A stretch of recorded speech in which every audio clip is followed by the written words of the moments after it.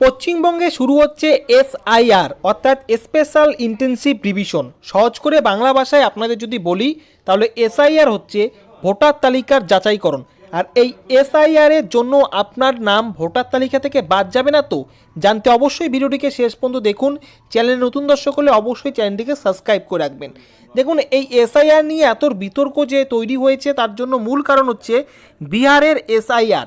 বিহারে যে এসআইআর হয়েছে সেখানে প্রচুর পরিমাণ ভোটারের নাম বাদ গিয়েছে এবং সেখানে যে সমস্ত ভোটারের নাম বাদ গিয়েছে তার মধ্যে যেরকম অবৈধ ভোটারের নাম বাদ গিয়েছে এবং কিছু বৈধ ভোটার যারা স্থায়ীভাবে সেই রাজ্যে বসবাস করতো এবং তাদের বৈধ ডকুমেন্ট অর্থাৎ নথিও রয়েছে, সেই সমস্ত লোকের নামও কিন্তু বাদ গিয়েছে।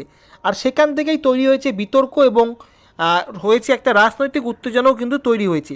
এবার সেই এসআইআর শুরু হচ্ছে আমাদের রাজ্যে অর্থাৎ পশ্চিমবঙ্গে এসআইআর শুরু হচ্ছে। সেই এসআইআর নিয়েই অনেকের মধ্যে একটা আতঙ্ক, জিজ্ঞাসা বা বিভিন্ন রকম কোশ্চেনের কিন্তু তৈরি হচ্ছে যে এসআইআর আসলে কী এবং পশ্চিমবঙ্গের এসআইআর মধ্য দিয়ে কোনো রকম রাজনৈতিক ষড়যন্ত্র বা অনেকে একটা কোশ্চেন করছে যে এসআইআর মধ্য দিয়ে মুসলিম ভোটারদের নাম বাদ দেওয়ার একটা চেষ্টা চলছে।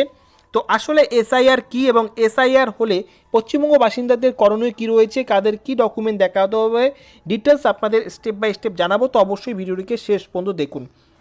তো আশা করি আপনারা বুঝতে পারেন যে এসআইআর হচ্ছে স্পেশাল ইন্টেনসিভ রিভিশন, যার বাংলা মানে হচ্ছে ভোটার তালিকার যাচাইকরণ। এর আগেও কিন্তু ভোটার তালিকার যাচাইকরণ হয়েছে এবং যেহেতু 2026 সালে পশ্চিমবঙ্গে বিধানসভা নির্বাচন রয়েছে, তাই সেই বিধানসভা নির্বাচনের আগে নির্বাচন কমিশন চাচ্ছে যে ভোটার তালিকা যাচাইকরণ করার, অর্থাৎ অবৈধভাবে কেউ যদি ভোটার তালিকার নাম থেকে থাকে বা অনেক এরকম ব্যক্তি রয়েছে যারা মারা গিয়েছে ভোটার তালিকায় নাম এখনও রয়েছে বা যারা কর্মসূত্র বাইরে রয়েছে তাদের নামও ভোটার তালিকায় রয়েছে, সেই সমস্ত ভোটার যে তালিকা বা যে সমস্ত লিস্টে যাদের নাম রয়েছে সেই নামের ভোটগুলি যাতে অন্য কেউ অবৈধভাবে না দিয়ে দেয় সেটা রুখবার জন্য, সেটা বন্ধ করবার জন্য কিন্তু এই এসআইআর করা হচ্ছে 2026 সালের নির্বাচনের, বিধানসভা নির্বাচনের আগে। এই এসআইআরের মধ্য দিয়ে কাদের কি ডকুমেন্ট দেখাতে হবে আমি আপনাদের জানিয়ে দিচ্ছি। আপনাদের যে এসআইআর নিয়ে কোশ্চেন রয়েছে সমস্ত কিছু ডিটেলস এখানে ক্লিয়ার হয়ে যাবে।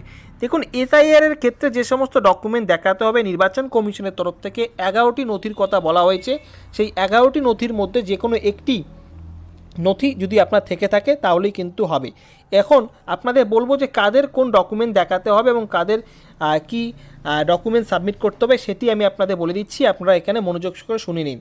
যাদের নাম 2025 ও 2002-এর ভোটার লিস্টে আছে তাদের শুধু 2002-এর ভোটার লিস্টের জেরক্স পেজের এক কপি রঙিন ফটো, অর্থাৎ আপনাদের যে সমস্ত ভোটার যে লিস্টগুলো হয়ে থাকে সেই লিস্টে 2025 সালে বা 2002 সালে যে ভোটার লিস্ট রয়েছে সেই লিস্টে যদি আপনার নাম থেকে থাকে তাহলে আপনার শুধু সেই ভোটার লিস্টের সেই পাতার জিরক্স দেখালেই কিন্তু হয়ে যাবে।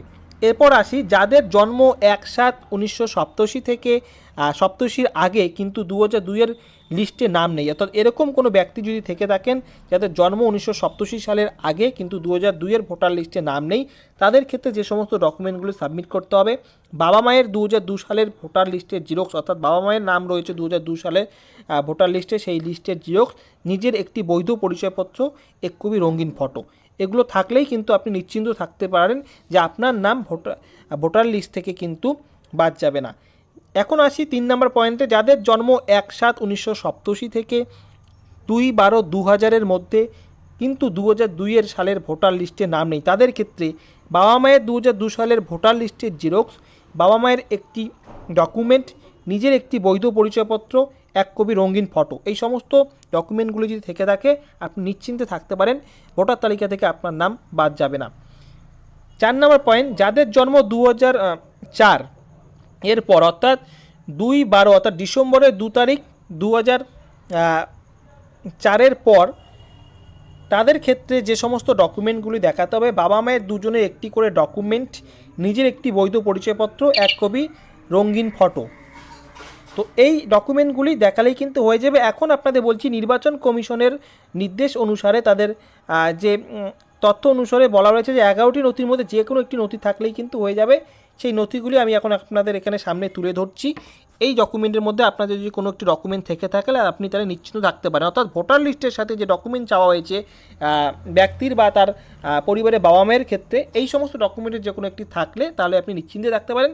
সরকারি পেনশনের নথি, ব্যাংক বা পোস্ট অফিসের দেওয়া কোনো নথি, সরকারের দেওয়া কোনো পরিচয়পত্র, ভোটার, আধার, প্যান, ড্রাইভিং লাইসেন্স, পাসপোর্ট, এগুলো যদি থেকে থাকে, জন্ম শংসাপত্র, ডোমিসিয়াল শংসাপত্র, মাধ্যমিক উচ্চ মাধ্যমিক কলেজের শংসাপত্র অর্থাৎ সার্টিফিকেট, তপশিলি শংসাপত্র অর্থাৎ কাস্ট সার্টিফিকেট এবং বন অধিকার শংসাপত্র, এই সমস্ত ডকুমেন্টের মধ্যে যে কোনো একটি যদি আপনার থেকে থাকে আপনি নিশ্চিন্তে থাকতে পারেন ভোটার তালিকা থেকে, অর্থাৎ এসআইআরে যে হবে স্পেশাল ইন্টেনসিভ রিভিশন, সেখানে আপনার নাম কিন্তু বাদ যাবে না।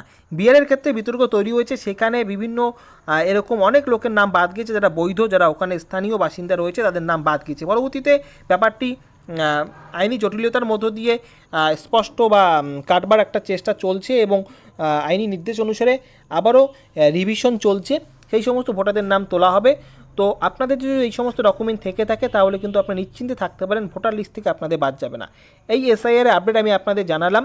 তো অবশ্যই চ্যানেলটিকে সাবস্ক্রাইব করে রাখুন। এসআইআর নিয়ে কোনো রকম কোশ্চেন থাকলে অবশ্যই কমেন্ট বক্সে কমেন্ট করুন। আপনার নিজস্ব কোনো মতবাদ যদি দেওয়ার থাকে অবশ্যই কমেন্ট করে জানিয়ে দেবেন।